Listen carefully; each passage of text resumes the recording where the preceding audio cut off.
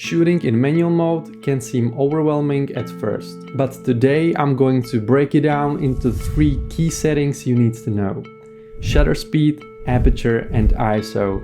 This video is a quick and straight to the point, so let's dive right in. So first one is the shutter speed. Shutter speed determines how long your camera sensor is exposed to the light. A fast shutter speed like 1/1000 freezes motion, while a slower speed like 1/30th creates motion blur. Example: if you're filming action or sports, go faster. For creative effects like light rays, go slower. For recording videos, there is a 180-degree rule. It is a basic principle that states that your shutter speed should be twice as your frame rate, or as close as possible. Example: if you are shooting at 24 frames per second FPS, your shutter speed should be 1/48 second, or 150 if your camera does not have that option. But be aware of one thing: the higher your shutter speed, the smaller exposure and the darker the image will be. And now, aperture, depth and light. Aperture controls how much light enters your lens and also affects depth of field. A low f-stop like 2.8 gives a blurry background, perfect for portraits. A higher f-stop like 11 keeps more in focus, great for landscapes.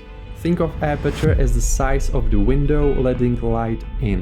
The bigger the window, the more light. Now be aware of these. The smaller your f-stop, the brighter your image will be. And also the smaller the f-stop, the greater the depth of field or blurry background. And now let's talk about ISO, controlling light sensitivity.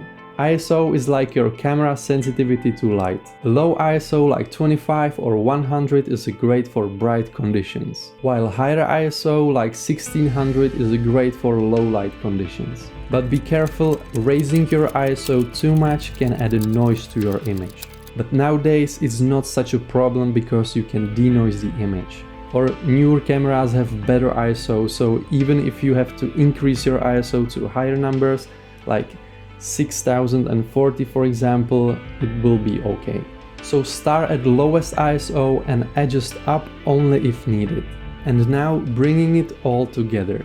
So here's the key. Shutter speed, aperture and ISO work together. If you increase one, you might need to adjust the others to maintain the right exposure.